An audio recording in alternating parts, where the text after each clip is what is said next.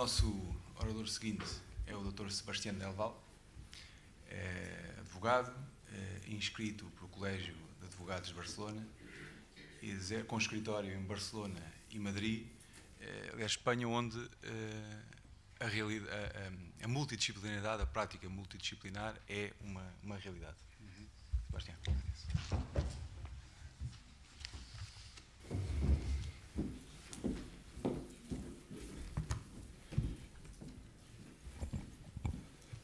Boa tarde a todos.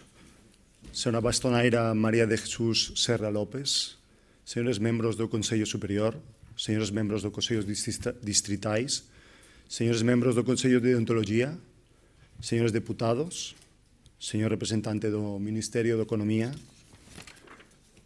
En primeiro lugar, debo dizer que estou moito feliz por voltar a Lisboa desta feita para refletir con os meus estimados colegas e amigos portugueses sobre unha cuestión de particular importancia para todos nós. Quero agradecer aos ilustrísimos presidentes dos Consellos Distritais de Lisboa e Coimbra da Orden dos Abogados Portugueses a honra de ter sido convidado a esta palestra. I also want to thank our colleague Kenneth G. Standard because to share his knowledge and experience and concerns about the matter of this conference. Agradezco por fin a todos vos pela paciencia e o interés en participar neste evento. Eu sou un abogado. A pesar da miña esposa ser bióloga, confeso que pouco sei de genética. Sei, en tanto, que se no genoma humano existir algún gene característico da profesión de abogado, estará ele seguramente ben destacado no meu. Os abogados deben levar esta camisola ben ligada á pele. Garantovos que o teño tatuado en min. E a partir desta perspectiva, con moita humildade, amor e respeito que todos facemos todos os días, que vos vou a falar de a miña experiencia e pontos de vista sobre as sociedades profesionais de abogados en España, con a esperanza que posa servivos para a emergente experiencia portuguesa.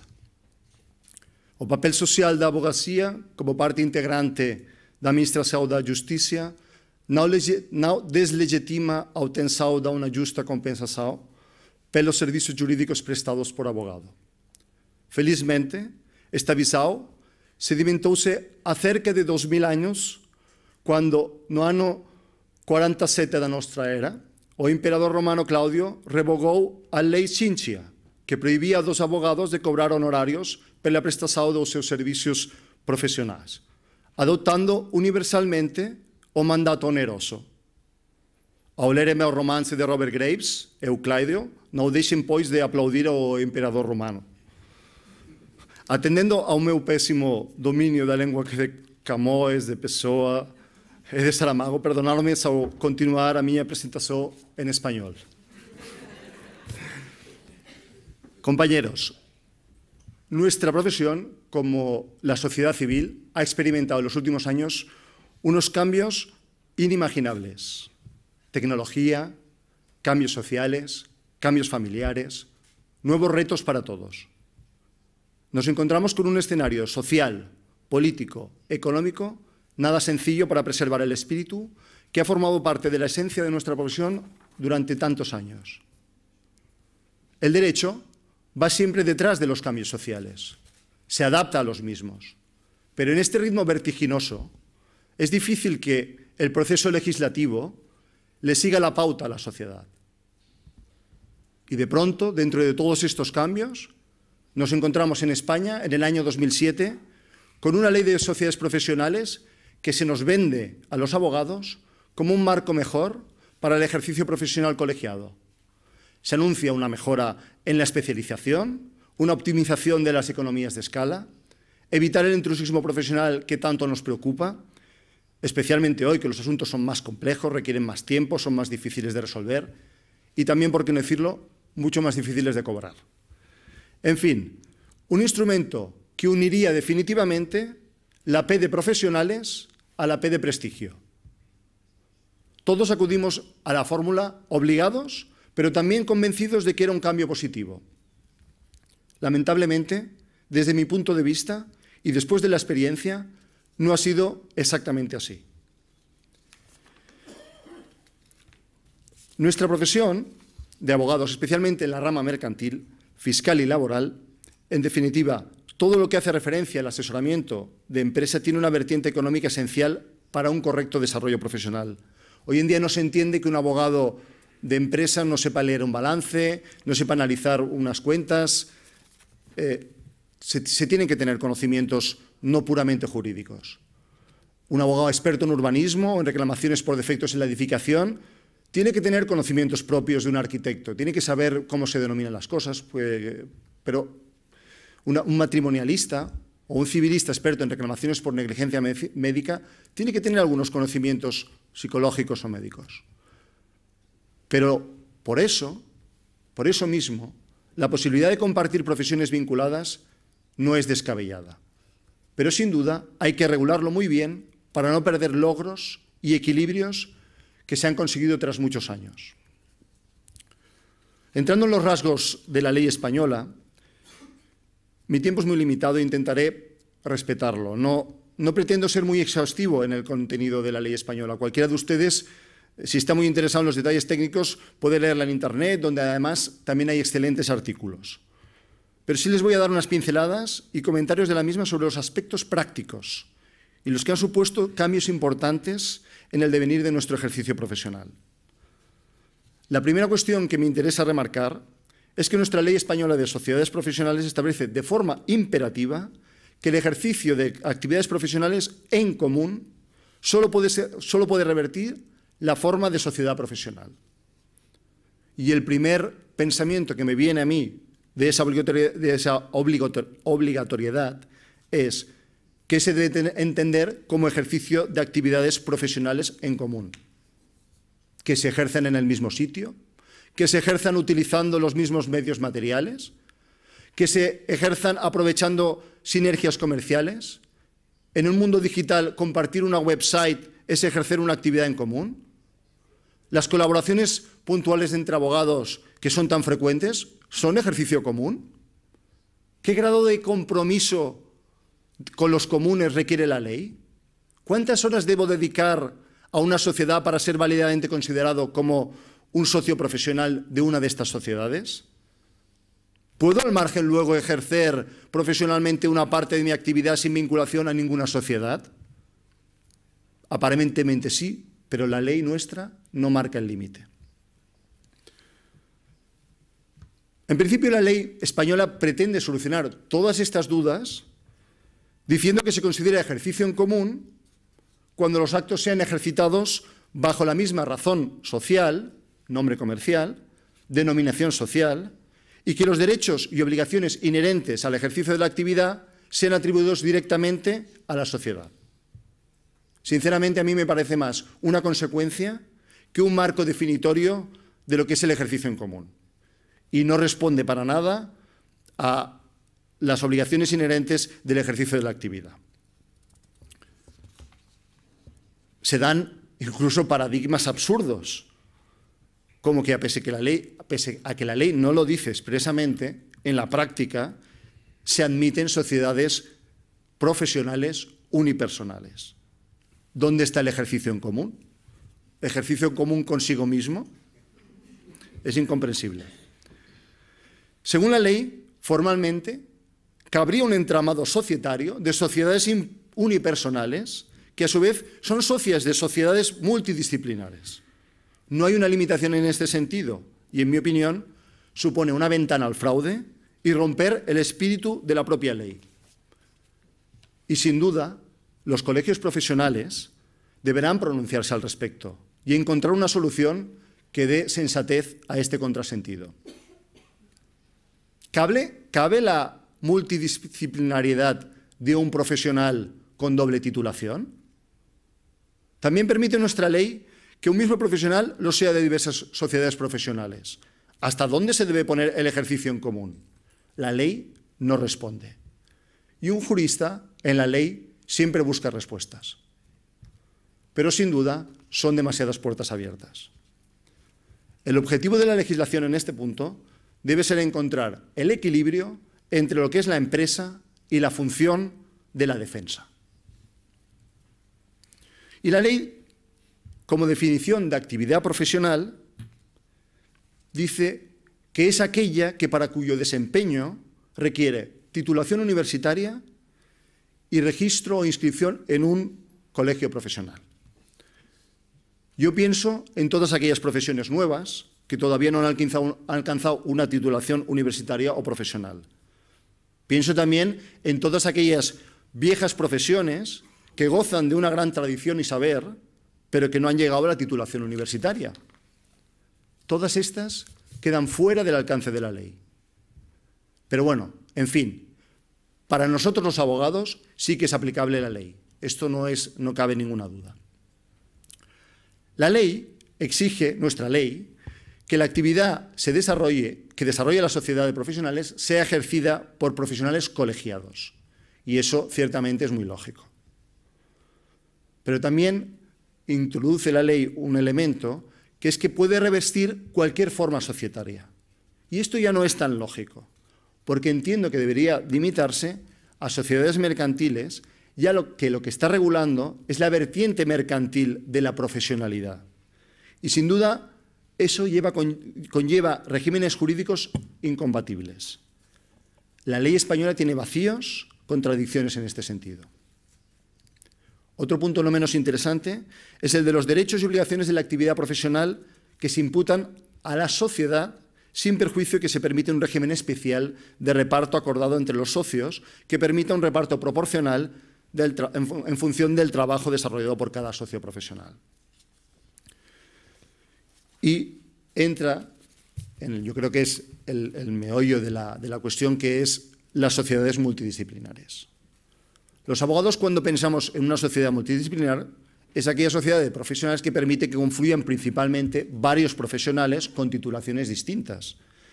Y no estamos, inicialmente al menos, pensando entre asociación entre abogados y arquitectos, abogados y médicos, abogados e ingenieros. Estamos pensando principalmente en abogados y economistas auditores, por la complementariedad que la vertiente económica tiene siempre en la mayoría de cuestiones jurídicas.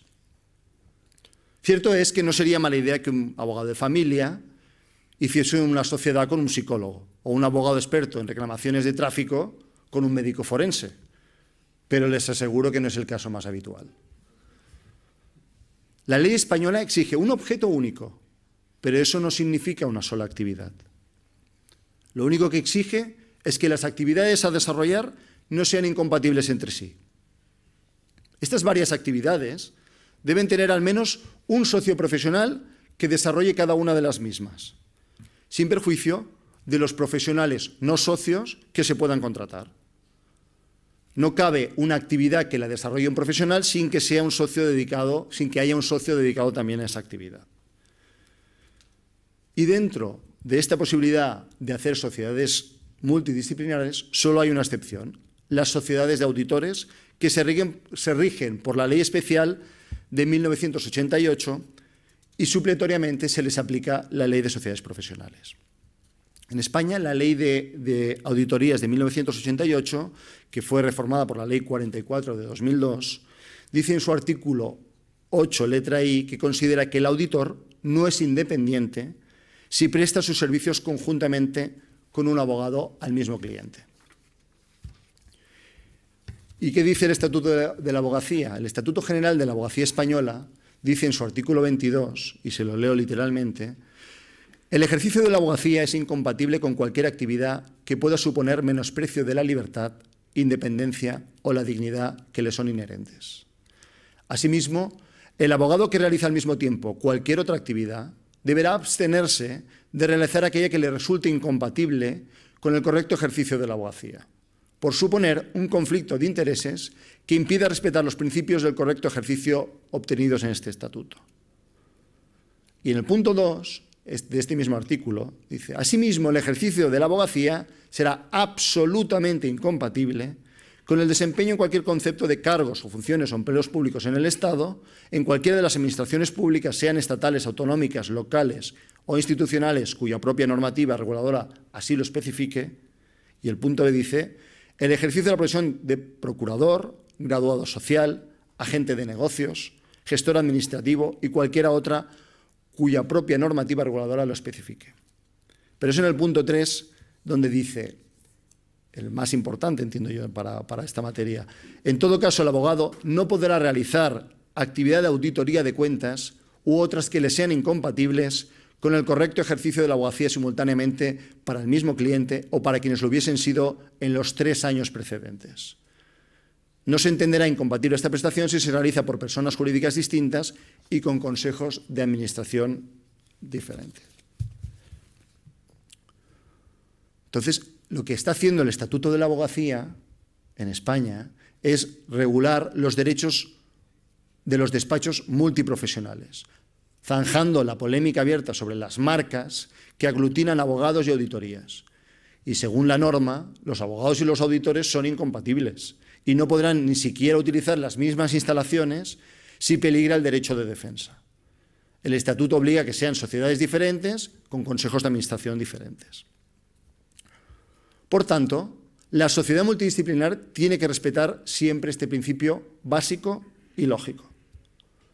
Pero en la práctica nos estamos encontrando con que la facilidad que la ley hace, o la facilidad que la ley da para hacer entramados societarios profesionales, permiten a las firmas de auditorías operar en paralelo, prestando servicios jurídicos que son inherentes a los abogados y sin la independencia necesaria. Por eso creo que eso en Portugal se llama, igual que en España, competencia desleal. Eso además atenta claramente contra la independencia, las garantías y la calidad del servicio al justiciable.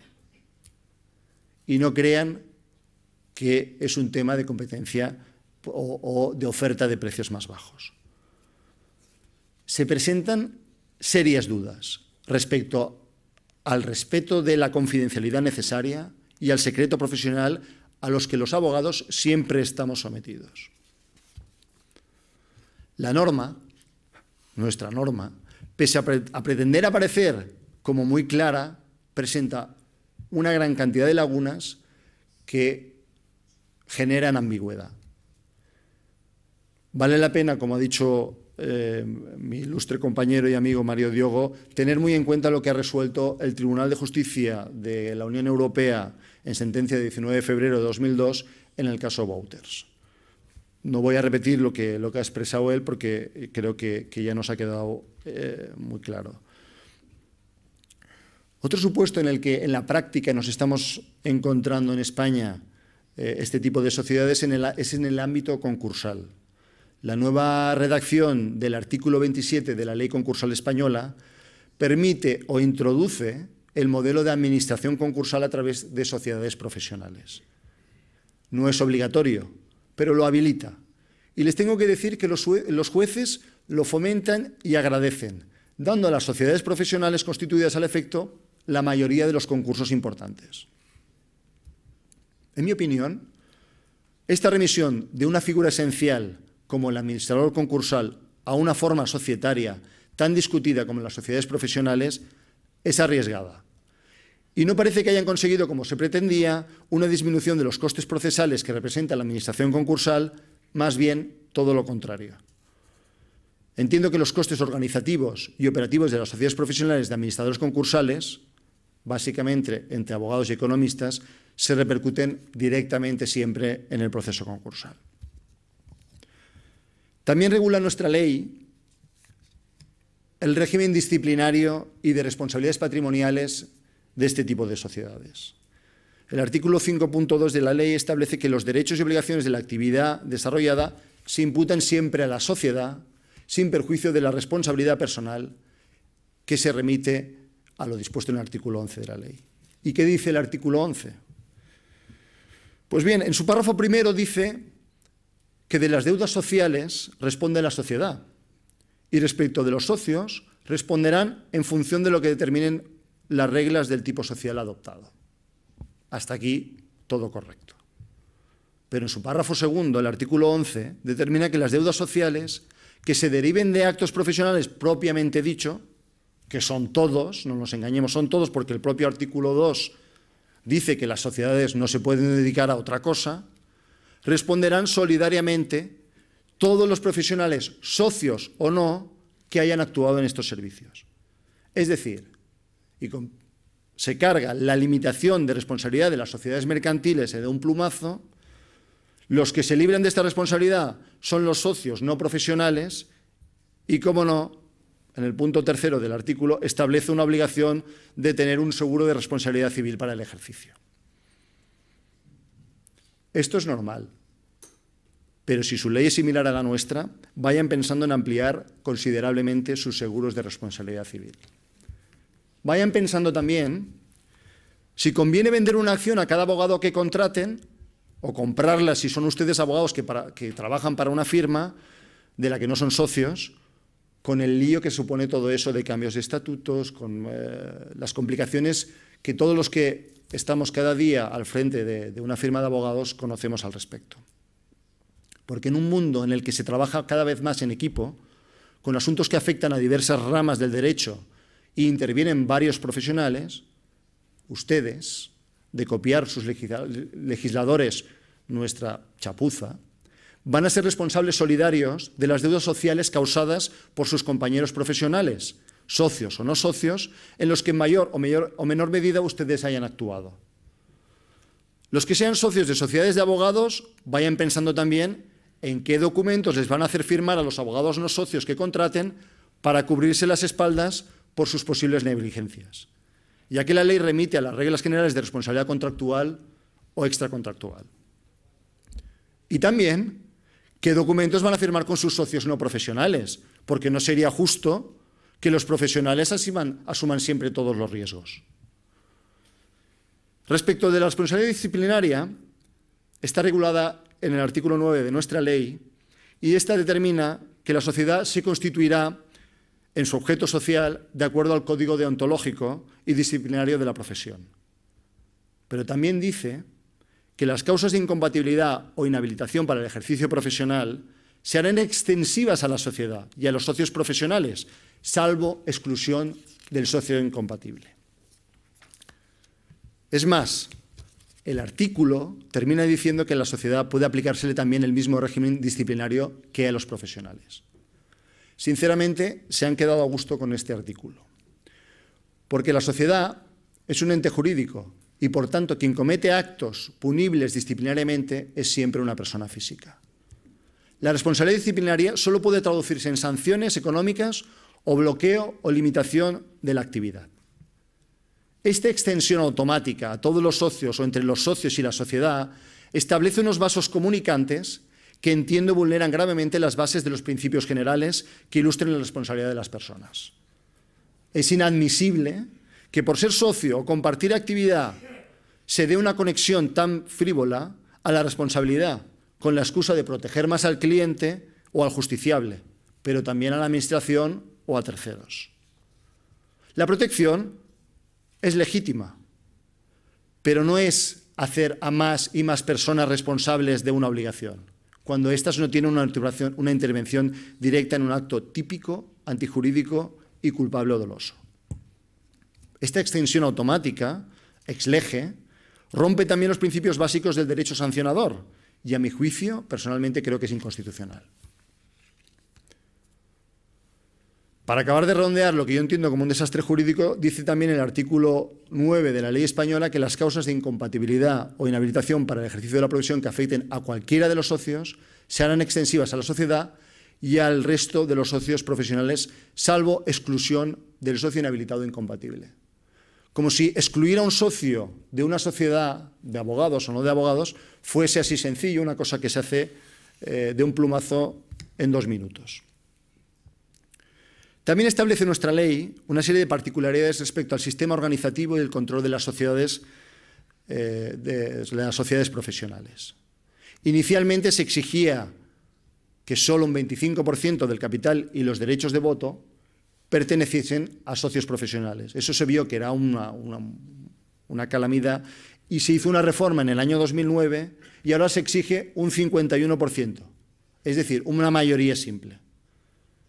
Pero yo personalmente le doy la lectura contraria, que es que un frutero, con todo el cariño para los fruteros, puede estar participando en un 49% en una sociedad de abogados que ofrece servicios jurídicos. Y todos sabemos que un 49% no es mayoría, pero sí sabemos que se pueden hacer muchas cosas en el devenir de una sociedad y perjudicar su buen funcionamiento con oscuras intenciones.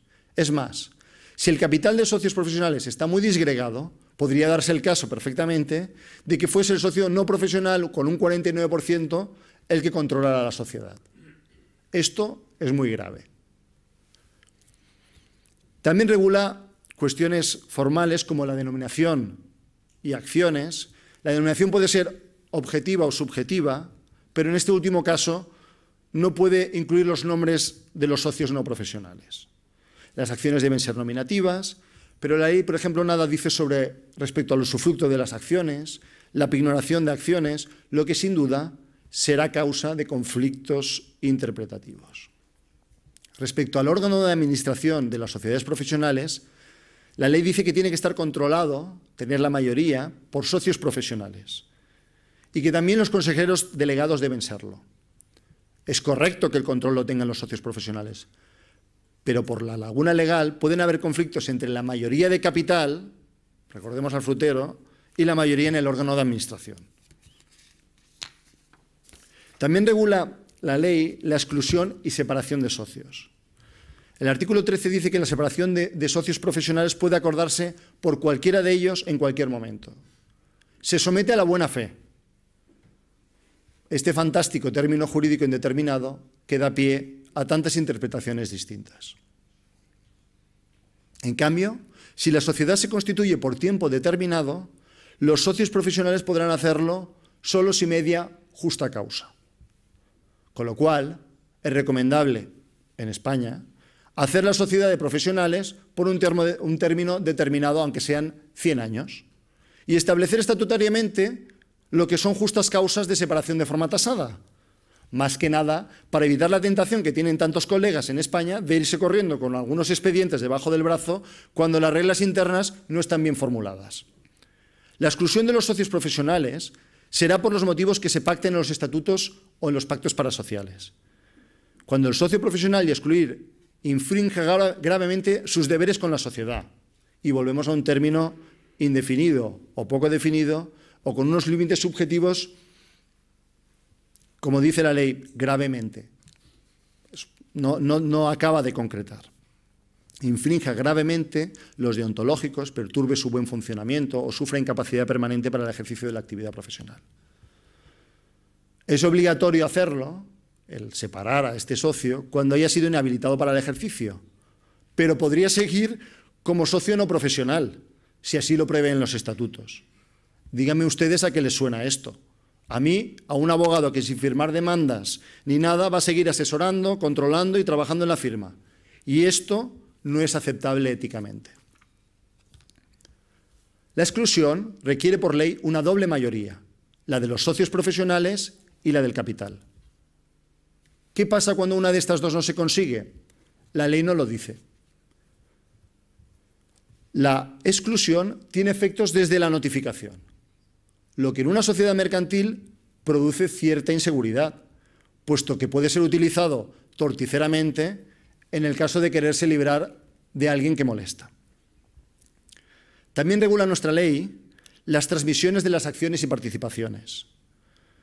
En principio dice la ley en su artículo 12 que la condición de socio profesional es intransmisible, salvo que medie el consentimiento de todos los socios, pero puede limitarse consensuadamente a una mayoría en lugar de unanimidad. Es decir, que las acciones de su sociedad de abogados para la que trabajan profesionalmente, pero para la que también han arriesgado capital, responsabilidad, avalando créditos, etcétera, puede resultar en la práctica intransmisibles o fruto de una batalla legal si los otros socios se niegan. Se puede acordar estatutariamente, según el artículo 15, que en caso de fallecimiento de un socio profesional, las acciones no se transmitan a los herederos. Eso sí, abonando la cuota de liquidación que corresponda, lo cual no siempre es justo. Y lo mismo es aplicable para las transmisiones intervivos. El artículo 16 de nuestra ley hace referencia al reembolso de la cuota de liquidación. Esto puede ser estipulado con detalle en el contrato social, estableciendo las reglas de cálculo de la cuota de liquidación.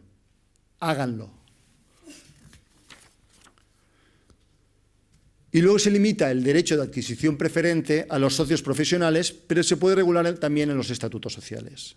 La ley establece un proceso específico de emisión de nuevas participaciones o acciones y de reducción de capital que puede ser motivado con la finalidad de ajustar la cartera profesional de los socios, pero siempre como se haya pactado en el contrato social. En el fondo, todo esto, si no está muy bien regulado entre los socios, se va a utilizar como arma de presión para adquirir las acciones del socio saliente o del difunto a bajo precio.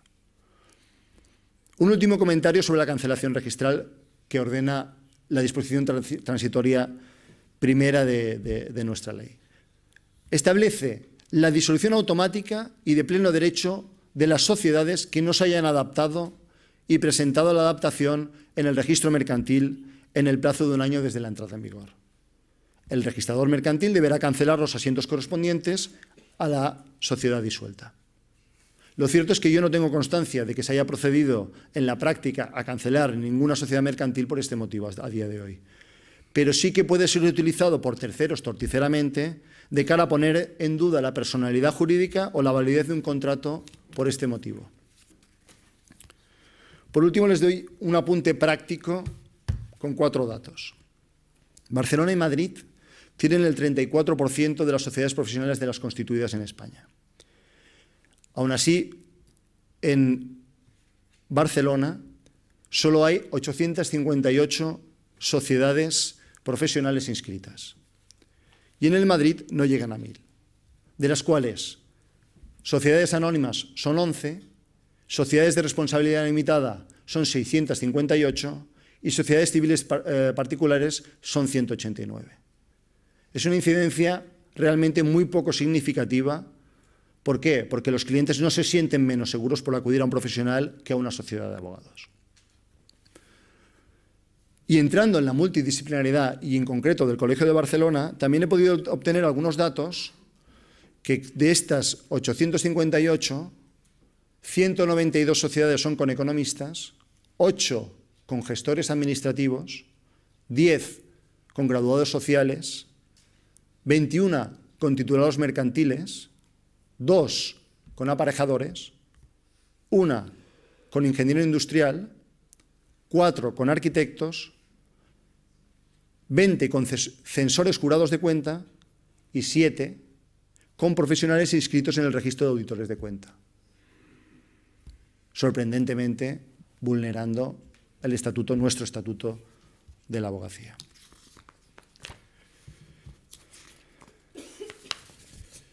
Entro ya en las conclusiones.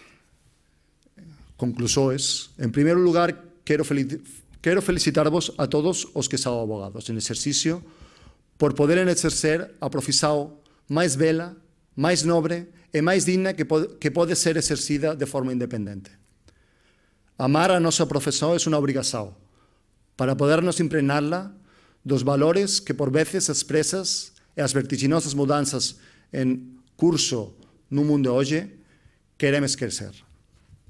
Atrevo-me a sugerir, con humildade, que quem assim não pensa abandone a profissão, que se dedique a qualquer outra coisa.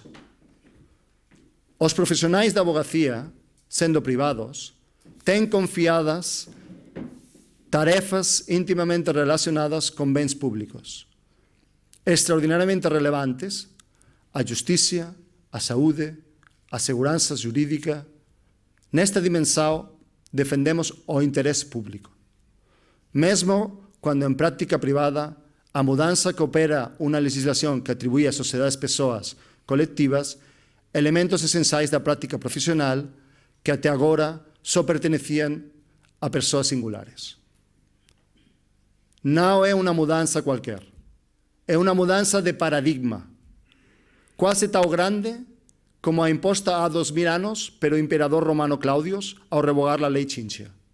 Por conseguinte, é necessário encararla con profunda reflexão. Talvez o imperador Claudio tenha dividido a alma do abogado en dúas partes. Hoxe vemos como legítimo algo que noutro tempo se sintou como extraño, quase imoral. Este novo paradigma resulta na criação de abogacía dual e disociada. O abogado individual, sede tradicional da fundação e defensa, e os escritorios das sociedades como sede da empresa profesional de defensa, que pela primeira vez no século XXI apresenta a defensa disociada da propiedade do ente económico que a propicia. Esta separação reforça o poder da propiedade do escritorio sobre a direção da defesa, já que a disociação dos efeitos económicos desta profissão rouba-lhe a sua independência. A personalização do exercício nos profissionais é o que permite a responsabilidade ética corporativa. Os colégios de abogados, a Ordem dos Abogados e os seus órgãos, têm uma grande responsabilidade e importância neste processo. Não só devem ser ouídos em um processo legislativo, como conhecedores profundos que são das idiosincrasias do exercício da advocacia. Como pela sua regulamentação devem definir todas as lacunas que nascam em resultado da atividade dos legisladores. Como les disse, a sociedade tem a encontrar respostas completas e seguras. Temos de nos perguntar o que queremos da nossa profissão e como podemos adaptá-la à modernidade líquida, segundo o conceito de Zygmunt Bauman, que não é estranha à nossa profissão. Sem menosprezar os valores intuito personae que captan e engloba o conceito de profissional, é que, ao final, não fazem mais que proteger a cliente e contribuir para o necessário equilíbrio de requer a administração de justiça. Por isso, na minha humilde opinião, esta série de elementos e valores intrínsecos do exercício profissional que jamais podem transferir-se para qualquer tipo de sociedade, por muita regulação que se promova, deve ser preservada. Respeitar a tradição, ao mesmo tempo de adaptar-nos à modernidade. Que desafio! Na verdade podemos facê-lo, mas isso depende de todos nós. Aprendam com os nossos erros e façam melhor que nós. Mais uma vez, obrigado pela vossa paciência e atenção.